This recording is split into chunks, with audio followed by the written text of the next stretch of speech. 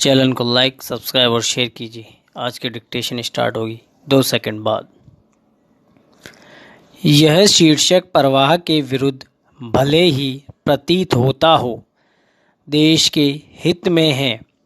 यदि अंग्रेजी की वह प्रवृत्ति है जिसने देश को कई भागों में विभाजित किया है, विशिष्ट और साधारण, शासक और शासित, संपन्न और वंचित आदि आदि, एक राष्ट्र एक राशन कार्ड, एक भाषा, एक संविधान, एक कानून, समान आचार संहिता, समान शिक्षा, समान पहचान पत्र को तरजीह देने वाले देश में असमान शिक्षा के बीज क्यों? क्या इसीलिए कि ऊंच नीच के भेदभाव बने रहें? नई शिक्षा नीति में भी अंग्रेजी माध्यम वाले विद्यालयों का प्रावधान रखा गया है। क्या यह इस सोच के कारण नहीं है कि अंग्रेजी माध्यम के विद्यालयों में शिक्षा का स्तर अच्छा होता है? यदि यह निष्कृष्ट सोच है जो इस देश के नागरिकों में 70 वर्षों में देश प्रेम जागृत नहीं कर पाई, यही वह सोच है जिसने हिंदी को दासी और अंग्रेजी को रानी बनाए रखा। भारत जैसे देश में वर्तमान में राजकीय विद्यालयों के गिरते स्तर हेतु यही सोच जिम्मेदार है। स्मरण रखिए, इस सोच के जीवित रहते राजकीय विद्यालयों का स्तर गिरता ही रहेगा। हमें इन विद्यालयों के माध्यम से विद्यालयों के लिए उद्देश्य निर्धारित करने होंगे।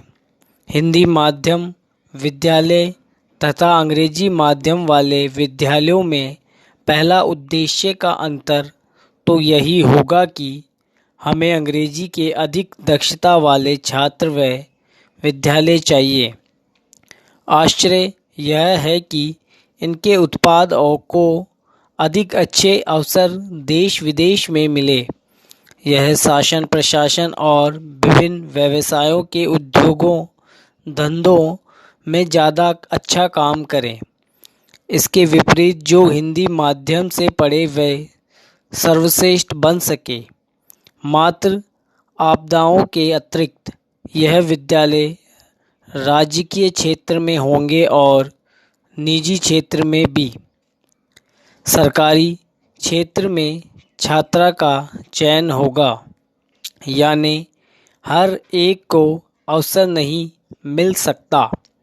ग्रामीण व आदिवासी क्षेत्रों के बच्चों में चूँकि वातावरण के कारण अपेक्षाकृत कम अवसर मिलते हैं, वे वंचित रहेंगे ही।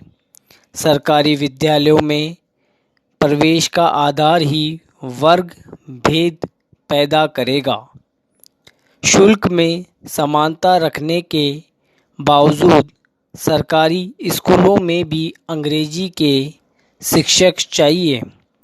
ये शिक्षक कहाँ से आएंगे? खोटी खोटी अंग्रेजी वाले यह शिक्षक गलत अंग्रेजी पढ़ाकर अर्थ का अनर्थ करेंगे। आज अधिकांश निजी व सरकारी विद्यालयों में अंग्रेजी शिक्षकों का स्तर खराब ही नहीं, बहुत खराब है।